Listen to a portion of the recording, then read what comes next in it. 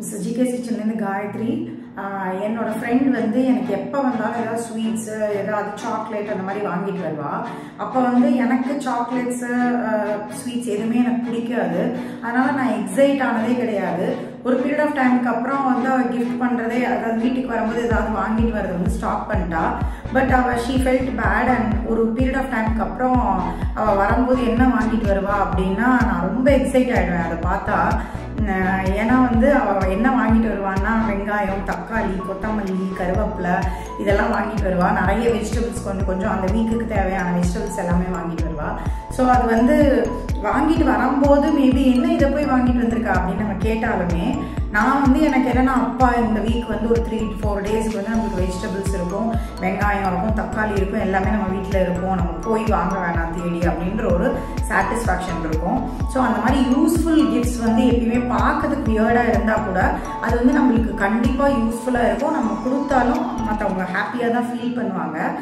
யூஸ்ஃபுல்லான கிஃப்ட்ஸ் பற்றி பேசிகிட்டு இருந்தோம். இப்போ வந்து நான் அதுக்காக எல்லார் வீட்டுக்கு போகும்போது நீங்கள் வெங்காயம் தக்காளி வாங்கிட்டு போங்க அப்படின்னு நான் சொல்ல வரல. உங்களுக்கு ரொம்ப க்ளோஸாக இருக்கிறவங்களுக்கு நீங்கள் வெஜிடபிள்ஸ் வாங்கிட்டு போய் கொடுக்கலாம், அதில் ஒன்றும் எந்த தப்பும் இல்லை. நம்மளோட இன்டென்ஷன் வந்து அவங்களுக்கு ஏதோ யூஸ்ஃபுல்லாக இருக்கிறத நம்ம கொடுக்கணும் அப்படின்றது தான். ஸோ ஸ்பைஸ் பவுடர்ஸ் வந்து ஒரு குட் ஆப்ஷன்.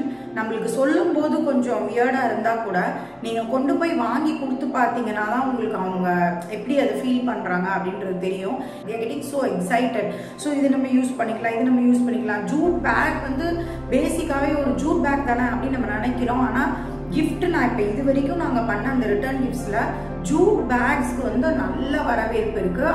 அது வந்து ரொம்ப எக்ஸைட் ஆகுறாங்க. அதுக்கு ஒரு பேக் இல்லாமல் இன்னொரு பேக் கூட கொடுங்கன்னு சொல்லி வாங்கினவங்களாம் நிறைய பேர் இருக்காங்க. இந்த மாதிரி ஜூட் பேக்ஸை நீங்கள் கஸ்டமைஸ் பண்ணி வாங்கிக்கலாம், என்ன சைஸில் வேணால் வாங்கலாம். இந்த ஜூட் பேக் வந்து ரொம்ப உங்களுக்கு யூஸ்ஃபுல்லாக இருக்கும். லஞ்ச் பேக்ஸ் வச்சுக்கலாம், நீங்கள் காய்கறி வாங்குறதுக்கு யூஸ் பண்ணிக்கலாம். ஸோ இந்த மாதிரி பேக்ஸில் வந்து ஸ்பைஸ் பவுடர்ஸோட பவுச்சஸையும் நீங்கள் வச்சுக்கலாம். அப்படி இல்லாட்டி இந்த மாதிரி பாட்டில்ஸ் நீங்கள் வந்து இது வந்து 100 கிராம் பாட்டில். ஸோ இந்த மாதிரி பாட்டில்ஸ் வந்து ஒரு 4 வெரைட்டி. பேசிக்காக வந்து நவராத்திரி அப்படின்றதுனால வந்து டர்மரிக் பவுடரும், நலங்கு மாவு, சிறுதானிய தோசை மாவு இது வந்து பேசிக்காக எல்லாருமே வாங்குறாங்க. நெக்ஸ்ட் ஆப்ஷன் வந்து என்ன அப்படின்னா இந்த மாதிரி கோரப்பாய் பாக்ஸஸ். இது வந்து எல்லா சைஸஸ் உங்களுக்கு கஸ்டமைஸ் பண்ணிக்கலாம், எந்த சைஸ் வேணுமோ கஸ்டமைஸ் பண்ணிக்கலாம். இந்த மாதிரி இருக்கும். இதில் வந்து நீங்கள் பவுச்சஸ், இப்படி 100 கிராம் பவுச்சஸ் வேணாலும் வச்சுக்கலாம். அப்படி இல்லாட்டி இந்த மாதிரி பாட்டில்ஸ் வேணாலும் 100 கிராம்ஸ் பாட்டில்ஸ் வந்து 4 பாட்டில்ஸ் இல்லை 5 பாட்டில்ஸ் கூட வச்சுக்கலாம். உங்களோட வசதிக்கு தக்கன சைஸஸ் வந்து இதை விட சின்னதாக கூட நீங்கள் பண்ணிக்கலாம்.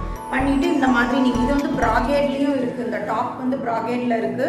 ப்ராகேட் இல்லாமல் கோரப்பாயே அந்த டாப்பில் வந்து இருக்கிற மாதிரி வேணாலும் நம்ம பண்ணிக்கலாம்.